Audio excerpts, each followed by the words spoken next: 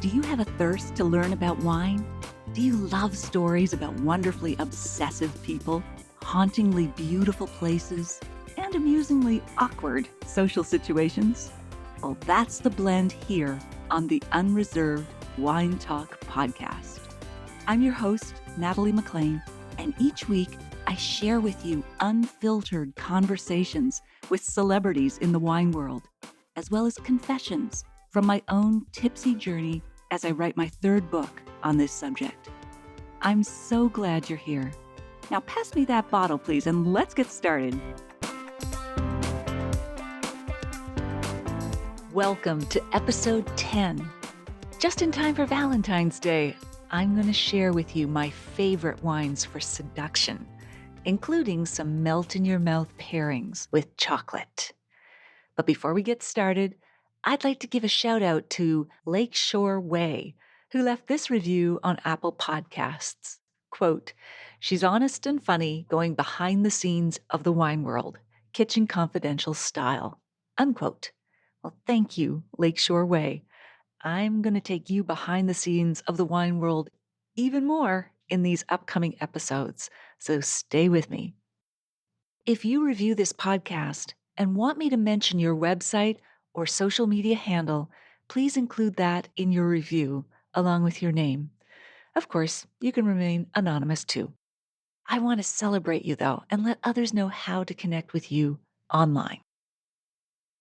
You want to seduce someone this Valentine's Day? Forget the lingerie, lipstick, and silk tie handcuffs. Just share a glass or two of wine with your amour. Researchers at Glasgow University have discovered that if you consume just 2 glasses of wine, members of the opposite sex appear more attractive by about 25%. By the way, that's not a sliding scale. And besides, you don't want to overdo it. As Shakespeare said of wine, it provokes the desire, but takes away the performance. Apparently, over a few glasses of wine, love is blind, or at least it's wearing rosé-colored glasses. Perhaps that's why it's one of the greatest social lubricants.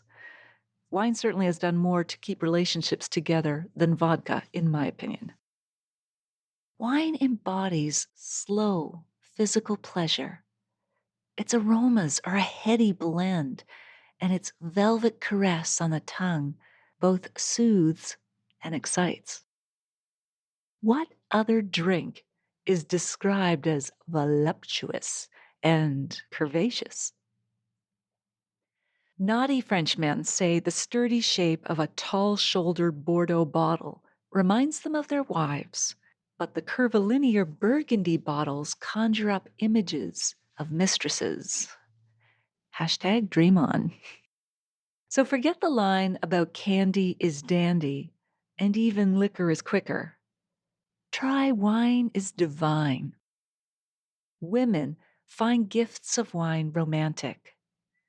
The research firm Cyberpulse found that 59% of women ages 21 to 39 wish their sweethearts would give them wine, not candy, on Valentine's Day. And London, UK's Sunday Times reported that wine tastings rank above all other venues for finding a date. The reason? Wine means spending time together. Wine has long been the drink of romance. From Omar Khayyam's poem, "A loaf of bread, a jug of wine, and thou," to Humphrey Bogart and Ingrid Bergman toasting each other with champagne in Casablanca.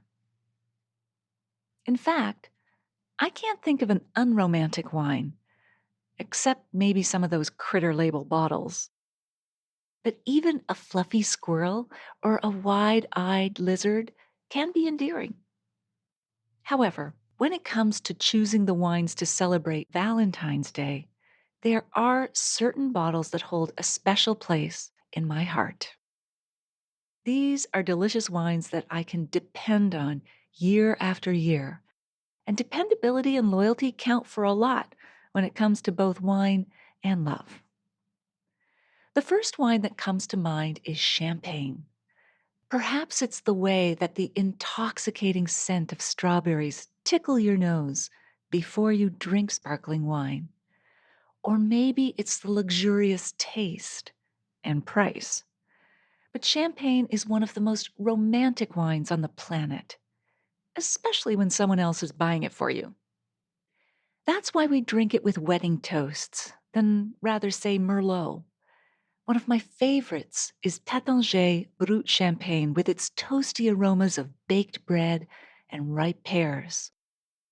I'll link to this wine and all of the others that I mentioned in my show notes at nataliemclean.com/10. This link will give you my full tasting notes, scores, food pairings, and which liquor stores closest to you have the wines in stock right now. If you really want to make your honey weak in the knees, nothing comes closer than the Hearts and Roses theme of pink pearls in sparkling rosé. Real men and women do drink pink. I love both Henry of Pelham's Catherine Cuvée Rosé sparkling wine from Niagara and Chandon sparkling rosé from California, both with their notes of fresh raspberries. Add an extra dash of color by dropping a fresh raspberry into the glass. When it comes to white wines, I love zippy, refreshing wines that pair well with a romantic dinner of Dover sole or grilled salmon. Try Villa Maria Sauvignon Blanc, New Zealand, with its sexy silver thread of acidity that makes it swim with a fish dish. Is there any other red than Pinot Noir for Valentine's Day? Yes, I know it's called the heartbreak grape, but that's not because of its effect on relationships. Rather, Pinot is a difficult grape to grow and therefore really expensive and heartbreaking for the self described pathological optimists, the vintners, who make it. But this wine is so silky and seductive. Try Domaine Calis Pinot Noir Reserve from Niagara, Gloria Ferrar Carnero's Pinot Noir, Napa Valley, or Louis Jadot from Burgundy, France. So, if you do want to give both bonbons and bottles, keep in mind that death by chocolate isn't just a dessert. It's also a good way of killing your wine, too. Chocolate can dull a taste of wine and even make it bitter, unless you select wines that are sweeter than chocolate. We love chocolate, not just for its taste, but also for its sensual texture. Cocoa butter, one of its main ingredients, melts close to body temperature. So sliding a piece into your mouth and feeling it seep out to coat your tongue can almost be orgasmic. Maybe that's why the 18th century Venetian womanizer Giacomo Casanova drank chocolate daily as an aphrodisiac. Sadly, scientists have since proven no link between chocolate and sexual prowess. But they have discovered that it contains a natural compound that produces a high in the brain that's similar to the feeling of falling in love. Is it any wonder that women crave chocolate more than any other food? Men, those hopeless romantics, crave pizza. Many wine lovers, however, don't even try to combine wine and chocolate, feeling that the rich sweetness of chocolate is just too much for any wine. But I usually buck conventional wisdom, and I love to layer my vices, so I'm determined to find some good pairings. In matching wine with any dessert, the overarching principle is that the wine must be the sweeter of the two. That's why chocolate, with its concentrated and creamy flavors, usually goes best with sweet, full-bodied, high-alcohol wines. Alcohol itself gives the impression of richness and sweetness, even though it's tasteless. That's pure alcohol. but there are many shades and intensities of chocolate, so I'm going to share a few ideas for sweetening its marriage with wine.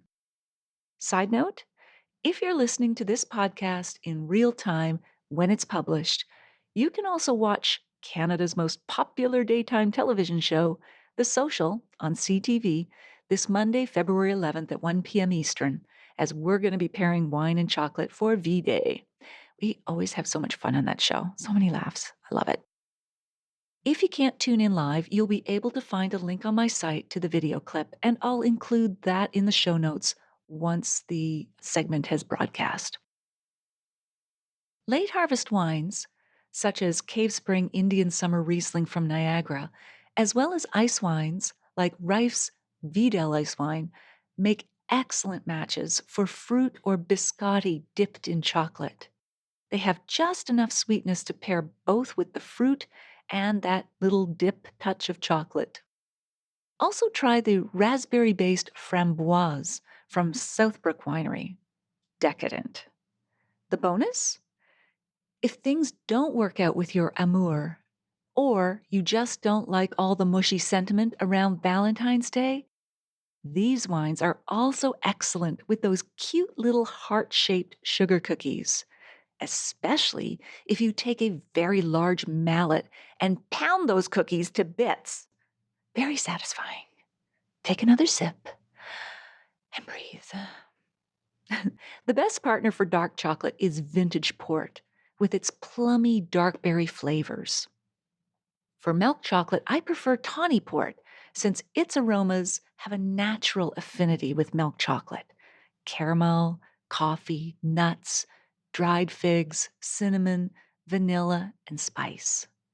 These ports are also divine with pralines, a decadent mixture of sugar and ground walnuts.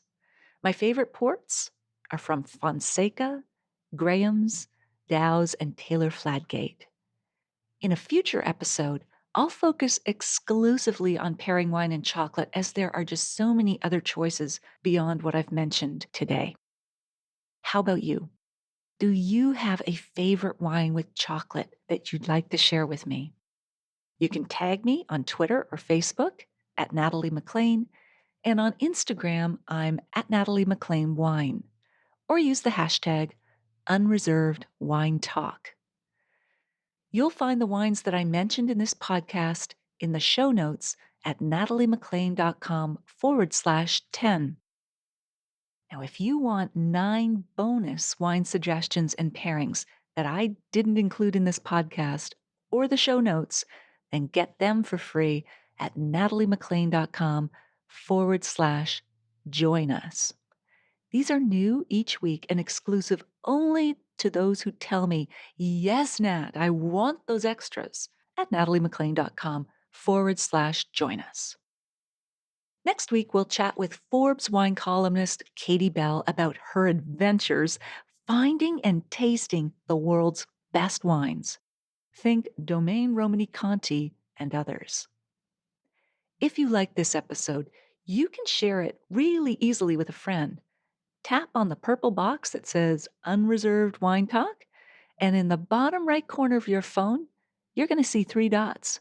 Click on them, and there's your option to share this. It'll fill out everything for you, including the title of this episode and the link to it, in an email or text to the friend or large distribution list of your choice. I can't wait to share more personal wine stories with you. Thank you for taking time to listen to this one. I hope something great is in your glass this week.